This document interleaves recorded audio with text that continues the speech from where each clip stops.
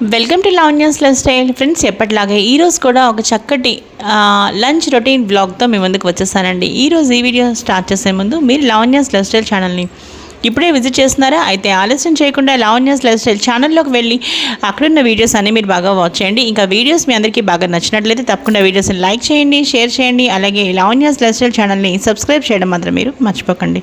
ఈరోజు మనం ఈ వీడియో అంటే చూసేద్దాం పదండి ఫ్రెండ్స్. ఈ సింపుల్ వెజ్ థాలీలో ఏం తయారు చేసుకోవచ్చో ఇప్పుడు మనం చూసేద్దామండి. నేనైతే ఏం చేశానంటే చక్కగా బ్రాహ్మిన్ స్టైల్లో పులుసు, తర్వాత టమాటో పచ్చడి, తర్వాత దాంతోపాటు వంకాయ కొత్తిమీర కారం. సో ఇవన్నీ నేను ఎలా తయారు చేశానో మనం చూసేద్దామండి. ఫస్ట్ అయితే ఇక్కడ ఒక కడాయి పెట్టుకున్నాను. ఒక ఫ్రైయింగ్ ప్యాన్లో కాస్తంత ఆయిల్ పోసుకుని తర్వాత దానిలో ఏం చేశాను చూస్తున్నారు కదా, చక్కగా కొంచెం ఆయిల్ వేసి అప్పుడు దానిలో వంకాయలు ఉన్నాయి కదా వాటిని చక్కగా ఈ విధంగా ఒక 6 పార్ట్స్గా కట్ చేసి వేశాను. పసుపు అలాగే సాల్ట్ వేసుకున్న తర్వాత కొంచెం వాటిని మూత పెట్టి మగ్గనిచ్చాను.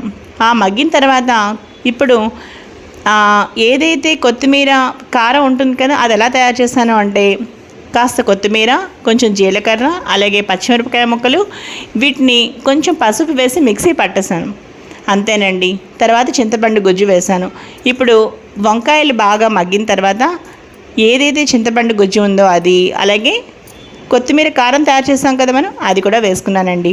ఇప్పుడు వీటిని చక్కగా ఫ్రై చేయాలి. ఫ్రెండ్స్, చూస్తున్నారు కదండి, ఇప్పుడు చక్కగా వీటిని మనం బాగా వేయించుకుంటున్నాం. అన్నీ వేసాము దీనిలో. ఇప్పుడు మనం మూత పెట్టేస్తున్నాం. సో మూత పెట్టిన తర్వాత ఏం చేస్తాము అంటే చక్కగా ఈ వంకాయలు, అలాగే కొత్తిమీర కారం, అలాగే సాల్ట్, ఇంకా చింతపండు గుజ్జు ఏదైతే వేసుకున్నామో వాటిని చక్కగా మూతపెట్టి చూస్తున్నారు కదండి, మనకి ఈ విధంగా వంకాయ కొత్తిమీర కారం తయారు చేసుకోవాలి. మా హస్బెండ్కి చాలా ఇష్టం అనమాట ఈ వంకాయ కొత్తిమీర కారం. చూసారు కదా, చాలా చక్కగా వేగిపోయింది. ఇప్పుడు వీటిని మనం పక్కన పెట్టేస్తాము. ఇప్పుడు తర్వాత నెక్స్ట్ ప్రొసీజర్ మీకు నేను చూపిస్తానండి. ఇప్పుడు దీనిలో ఒకటి మిస్ అయ్యాము, ఏంటి అంటే కొంచెం పసుపు వేయలేదు నేను. అది కూడా వేసి పక్కన పెట్టేశాను. చక్కగా కలిపాను, పక్కన పెట్టేశాను. ఇప్పుడు నెక్స్ట్ పులుసు కోసం ఏం తయారు చేశాను, చక్కగా అన్ని రకాల ముక్కలు వేసి నేను తయారు చేశానండి. వెజిటేబుల్స్ ఏమేమి వేసాను అంటే ఆనపకాయ ముక్కలు, అలాగే బెండకాయలు, తర్వాత టమాటోస్, ఇంకా గ్రీన్ చిల్లీస్, కొత్తిమీర, కరివేపాకు, ఇంకా రెడ్ చిల్లీ పౌడర్, అలాగే సాల్ట్, ఇంకా పసుపు, ఇవన్నీ వేసి చక్కగా బాగా మిక్స్ చేయాలండి. ఇవి బాగా ఉడికిన తర్వాత మీడియం ఫ్లేమ్లో పెట్టుకోవాలన్నమాట. బాగా ఉడికిన తర్వాత అప్పుడు చింతపండు పులుసు పోసాను. అంతేనండి, మనకి ఎంతో చక్కగా ముక్కల పులుసు తయారైపోయింది. బట్ దీనిలో ఆనియన్స్ అయితే నేను వేసానండి. అదే మన నైవేద్యం పెట్టే పోలల అమావాస్య రోజు నైవేద్యం పెడతాను చూడండి, అమ్మవారికి నైవేద్యం, దానిలో మాత్రం ఆనియన్స్ వేయకూడదు. అంతేనండి. మీకు కావాలంటే జింజర్ గార్లిక్ పేస్ట్ కూడా యాడ్ చేసుకోవచ్చు. సో అవసరం లేదు. ఇలాగే చక్కగా మంచిగా సాంప్రదాయంగా చక్కటి బ్రాహ్మిన్ స్టైల్లో పులుసు తయారు చేయాలంటే ఇలాగే తయారు చేసుకోవాలి. ఇంకా వీటిని చక్కగా బాగా మిక్స్ చేసుకోవాలండి. చూసారు కదండి, మా ఇంట్లో అయితే ఇది చాలా అందరికీ పులుసు చాలా ఇష్టం అనమాట. మా పిల్లలకి అలాగే మా హస్బెండ్కి చాలా ఇష్టం. ఇప్పుడు దీనిలో నేను తీపి పులుసు కదా ఇది, మీరు కావాలంటే తీపి మీకు ఇష్టం లేకపోతే కారంగా కూడా చేసుకోవచ్చు. నేను చక్కగా మా ఇంట్లో అందరికీ తీపి పులుసు ఇష్టం కాబట్టి ఇక్కడ నేను బెల్లం యాడ్ చేశానండి. సో చాలా టేస్ట్గా చక్కగా ఈ విధంగా తయారైంది.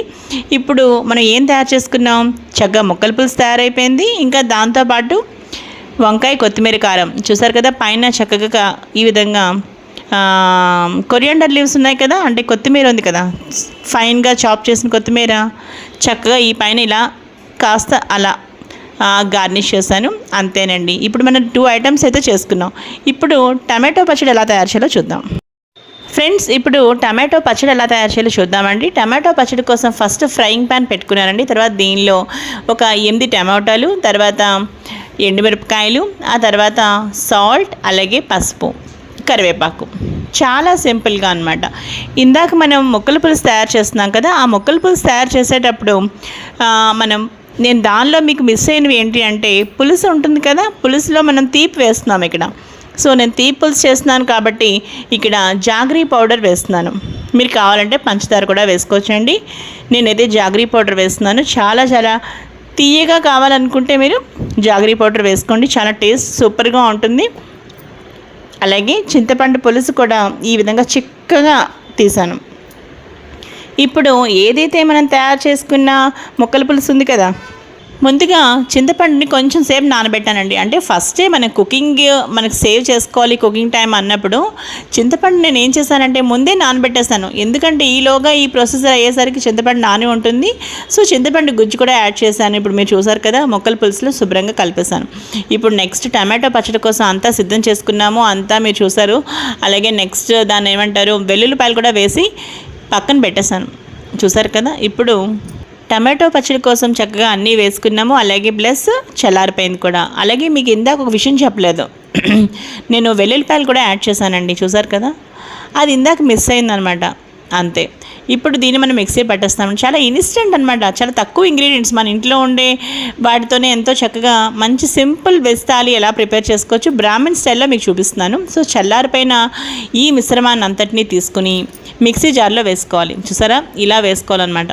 చల్లారిన తర్వాతే వేసుకోవాలండి. లేకపోతే ఏమవుతుందంటే అది మీకు ఆ వేడి మీద మిక్సీ పట్టకూడదు, అంతా స్ప్రెడ్ అయిపోతుంది. సో అలా అన్నమాట. అలాగే పులుసు కోసం పోపు ఏం పెట్టాను అంటే మీరు ఇప్పుడు చూడండి, జీలకర్ర, ఆవాలు, ఎండుమిరపకాయలు, ఇంగువ పోపు పెట్టాను కరివేపాకుతో సహా. అంతేనండి. గుమగుమలాడుతూ అసలు ఎంత బాగుంటుందంటే ఈ పులుసు.